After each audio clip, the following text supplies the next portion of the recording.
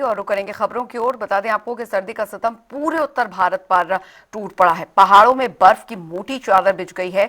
इससे हाथ कपाने वाली ठंड बढ़ गई है। कश्मीर से लेकर हिमाचल प्रदेश तक जमकर बर्फबारी हो रही है। वहीं आपको बता दें कि दिल्ली, एनसीआर और हरियाणा में ठंड बढ़ गई है। मौसम विभाग की माने तो पश्चिमी विक्षोभ की वजह से ये बदलाव आया है। पहाड़ों पर बर्फबारी देखकर टूरिस्टों में खुशी की लहर है।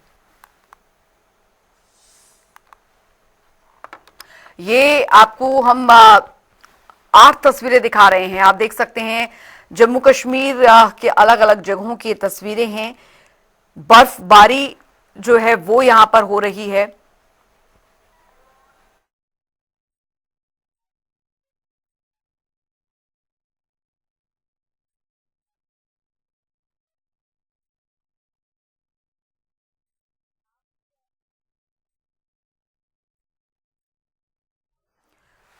तो ये 8 तस्वीरें हम आपको दिखा रहे हैं।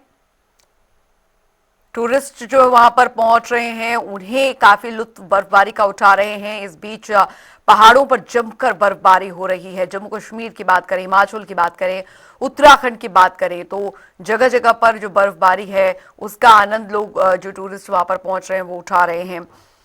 और बर्फबारी जो है वो जमकर हो रही है।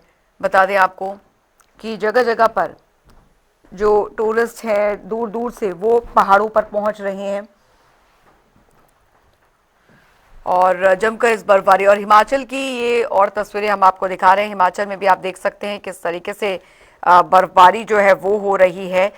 तो एक तरीके से देखा जाए तो जो टूरिस्ट है, क्योंकि दूर दूर से इस बर्फबारी का लुत्फ उठाने के लिए ही टूरिस्ट जो है वो पहाड़ों का रुख करते हैं। चंबा, मनाली, शिमला की तस्वीरें हम आपको दिखा रहे हैं। आप देख सकते हैं किस तरीके से दूर दूर से पहुंच रहे टूरिस्ट जो हैं वो इस बर्फबारी का जमकर लुत्फ उठा रहे हैं। और ये बर्फबारी इस मौसम में जब हो रही है तो लोग जो है वो काफ़ी इसका मज़ा ले रहे हैं, क्योंकि बहुत कम होता है जब इस मौसम में इस तरीके की बर्फबारी जो है वो देखने को मिलती है पहाड़ों पर।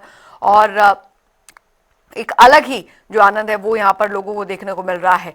तो इस बर्फबारी को देखने के देखिए उत्तराखंड की तस्वीरें अब हम आपको दिखा रहे हैं। मसूरी, रुद्रप्रयाग, उत्तरकाशी की तस्वीरें भी हम आपको दिखाते चल रहे हैं। किस तरीके से पूरे उत्तराखंड में जो बारिश है वो हो रही है वो तस्वीरें हम आपको दिखा रहे हैं। तो बेहद रोमांचक ये तस्वीरें हैं। दूर दूर से टूरिस्ट यहाँ पर पहुंच रहे हैं और इस मौसम में, क्योंकि ज्यादातर सैलानियों का कहना है कि इस मौसम में ज्यादातर बारिश देखने को मिलती है, लेकिन इस बार पहली बार हो रहा है जब इस तरीके से बर्फबारी हो रही है। ये जो बर्फबारी हुई बहुत ही अच्छी बात है और इसी से हमारे कश्मीर को भी माना जाता है और पहचान भी है। जो बर्फबारी है इसकी भी जरूरत थी, हमें बहुत जरूरत। मैंने कहा कि हमारे कश्मीर को बर्फ से ही जाना जाता है, तो इसीलिए। और ये क्योंकि जब बर्फ नहीं गिरेगा उससे तो खुशकसाली भी होती है, उससे जो हमारे मतलब जो हमारा फसल है उस पर भी असर पड़ता है, तो इसीलिए ये भी जरूरी है। और एनवायरमेंट का भी मतलब जो है उसका भी ख्याल रखना होता है, जो कि गवर्नमेंट को बहुत सारे स्टेप्स उठाने की बहुत ज्यादा जरूरत है, जो कि मुझे लगता है उसमें बहुत ही वो केयरलेस से काम लिया जाता है। तो सबको बर्फ़ की बारी की मुबारक है। तो जैसे हमारे बनी में होटल शोटल का था, इनको भी रोज़गार बढ़ेगा, ऐसे सैलानी आएंगे। बाकी बर्फबारी से ज़मीन में नमी रहेगी, इससे फसलों का फ़ायदा होगा, पेड़ पौधों ये में। कठुआ से कितना दूर है बनी? 150 किलोमीटर दूर है कठुआ से। जी जी जी कठुआ से ये 150 किलोमीटर दूरी पर पाया जाता है बनी एरिया। और यहाँ इतनी बर्फबारी है कि इतना नज़ारा है, हर जगह बर्फ़ पड़ रही है, तो ज़रूर बर्फ़ देखें। यहाँ पर गिर रही है। हम बहुत सारा एंजॉय कर रहे हैं यहाँ पर। लुआंग वैली में जितने भी लोग हैं सारे खुश हैं। तहसील बनी के जितने भी लोग हैं वहाँ सारे खुश हैं। होटलर्स के लिए एक बहुत बड़ी खुशखबरी ये है कि यहाँ पर बर्फ़ गिर रही है। अब टूरिस्ट यहाँ पर आएगा, उनका काम जो है वो कारोबार जो है वो अच्छा चलेगा। फार्मर्स के लिए भी एक राहत की सांस है, क्योंकि काफ़ी टाइम से ड्रॉट चल रहा था यहाँ पर।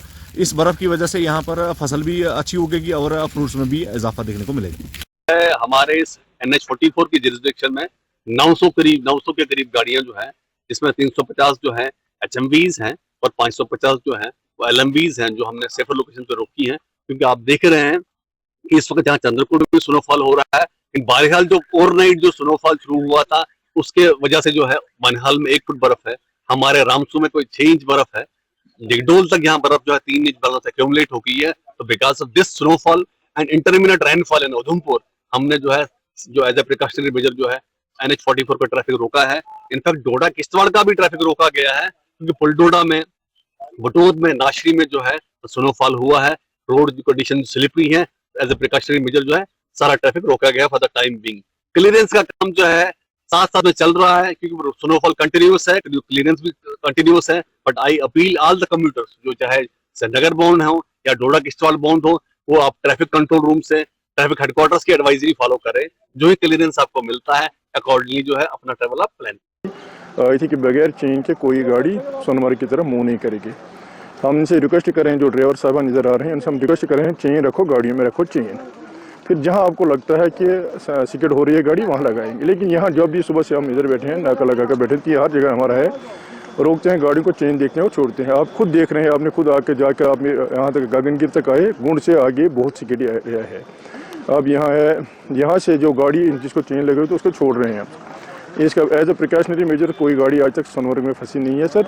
इसलिए हमको जान सलामती के लिए इनको ऐसे कर रहे हैं कि ये जब गाड़ियाँ इस वक्त ये देखो गाड़ी जा रही है जिसमें चेन लगी है, चेन वाली गाड़ी हम छोड़ रहे हैं, चेन के बगैर हम किसी गाड़ी को सोनमर्ग की तरफ अलाउ नहीं कर रहे हैं।